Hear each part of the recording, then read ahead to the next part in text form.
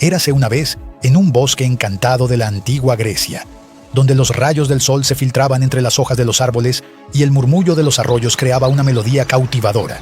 Vivía una ninfa llamada Eco. Su voz era tan dulce y melodiosa que podía embelesar a cualquiera que tuviera la fortuna de escucharla. Eco poseía un don especial para conversar, cautivando a todos con su ingenio y encanto. Su risa cristalina resonaba en cada rincón del bosque, llenando el aire de una alegría contagiosa. Un día, mientras Eco paseaba por los senderos bañados por la cálida luz del sol, se encontró con un joven cuya belleza era tan extraordinaria que parecía irreal. Su nombre era Narciso, hijo de un dios del río y una ninfa. Narciso había sido bendecido con un rostro perfecto, unos ojos profundos como el océano y una sonrisa que podía derretir hasta el corazón más frío. Parecía que los mismísimos dioses habían esculpido cada uno de sus rasgos con un cuidado y una precisión inigualables. Eco, al ver a Narciso por primera vez, quedó completamente prendada de su belleza. Era como si todo a su alrededor se desvaneciera y solo existiera él. Con el corazón acelerado y las manos temblorosas, Eco se acercó a Narciso con pasos tímidos, anhelando entablar una conversación, conocer más sobre aquel joven que había capturado su corazón con una sola mirada. Conocido por su asombrosa belleza, rechazaba los amores de las mujeres. Entre aquellas heridas por su indiferencia se encontraba la ninfa Eco, condenada por Hera a repetir las palabras ajenas. Eco seguía en silencio a Narciso en el bosque, incapaz de expresar su amor. Cuando Eco intentó hablar con Narciso, este la rechazó cruelmente. «Hola, bello Narciso», dijo Eco con voz suave y dulce, tratando de ocultar el nerviosismo que sentía. «¿Qué te trae por estos bosques en un día tan hermoso como este?». Narciso, al escuchar la voz de Eco, se volvió hacia ella con una mirada desinteresada, casi aburrida. Sus ojos, a pesar de su belleza, carecían de calidez y parecían no ver más allá de sí mismo. «Estoy cazando, ninfa», respondió Narciso con un tono indiferente. «No tengo tiempo para charlas banales. Mi único interés es la caza y la soledad». Pero Eco, lejos de desanimarse por la fría respuesta de Narciso, sintió que su corazón se llenaba de una resolución inamovible. Estaba dispuesta a todo por ganarse el afecto de aquel joven que había robado su corazón. «Oh, pero seguro que un poco de conversación no te hará daño», insistió Eco con una sonrisa cálida. «Cuéntame, ¿qué es lo que más te gusta de la caza? ¿Qué te motiva a adentrarte en estos bosques en busca de presas?».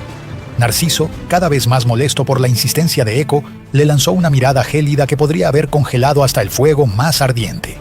«Lo que más me gusta de la caza es la soledad», respondió Narciso con un tono cortante. «No necesito la compañía de nadie, y mucho menos la de una ninfa parlanchina como tú. Ahora, si me disculpas, tengo asuntos más importantes que atender». Y con esas palabras, Narciso se alejó de Eco, adentrándose en el bosque sin siquiera mirar atrás. Eco sintió que su corazón se encogía ante el rechazo de Narciso, pero había algo en ella que le impedía rendirse.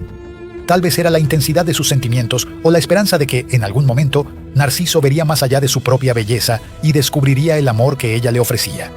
Durante días y noches, Eco siguió a Narciso por el bosque, siempre manteniendo una distancia prudente para no importunarlo. Intentaba entablar conversación en cada oportunidad que se le presentaba, buscando encontrar algún tema que pudiera interesarle, algo que derritiera el hielo que parecía rodear su corazón.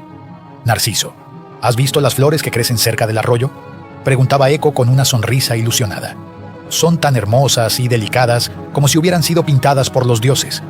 ¿No te gustaría verlas conmigo?».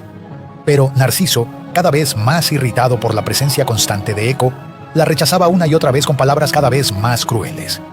«Déjame en paz, ninfa», decía Narciso con un tono frío y cortante. «No me interesa tu compañía ni tus palabras. Prefiero la soledad a estar rodeado de seres inferiores como tú. ¿Acaso no entiendes que no quiero nada contigo?». Eco sentía que cada rechazo de Narciso era como una daga que se clavaba en su corazón, pero aún así no podía dejar de amarlo. Había algo en él que la atraía irremediablemente, como una polilla atraída por la luz de una vela, incluso sabiendo que podía quemarse. Pero con cada día que pasaba, Eco se fue consumiendo poco a poco. Su voz, antes melodiosa y llena de vida, se fue apagando hasta convertirse en un susurro apenas audible. Su cuerpo, antes radiante y lleno de energía, se fue marchitando como una flor privada de agua y sol. El dolor del rechazo constante de Narciso la estaba destruyendo por dentro, pero no podía hacer nada para evitarlo. Un día, incapaz de soportar más el sufrimiento, Eco se adentró en lo más profundo del bosque, buscando un lugar donde pudiera estar sola con su dolor.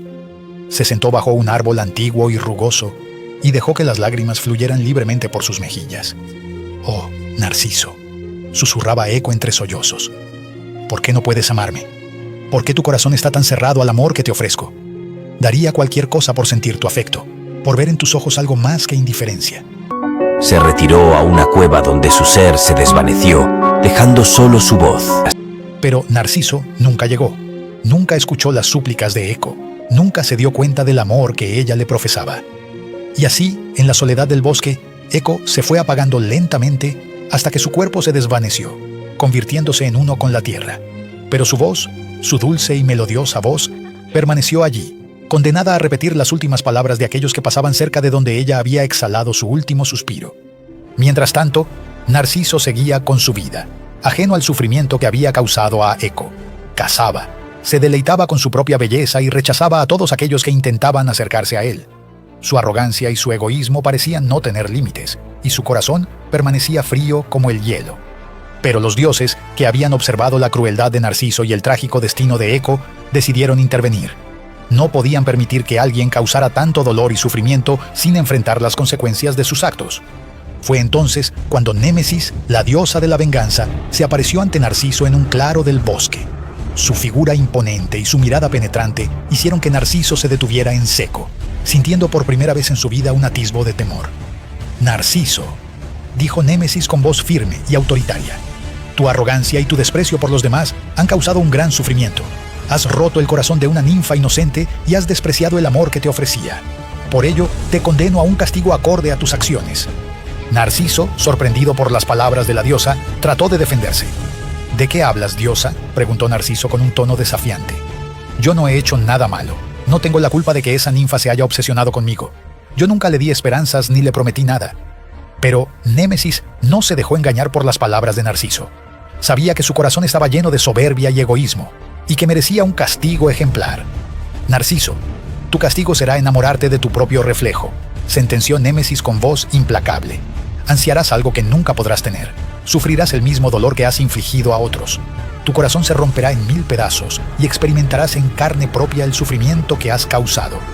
Y con esas palabras, Némesis desapareció, dejando a Narciso solo en el claro del bosque, con una sensación de inquietud creciendo en su interior.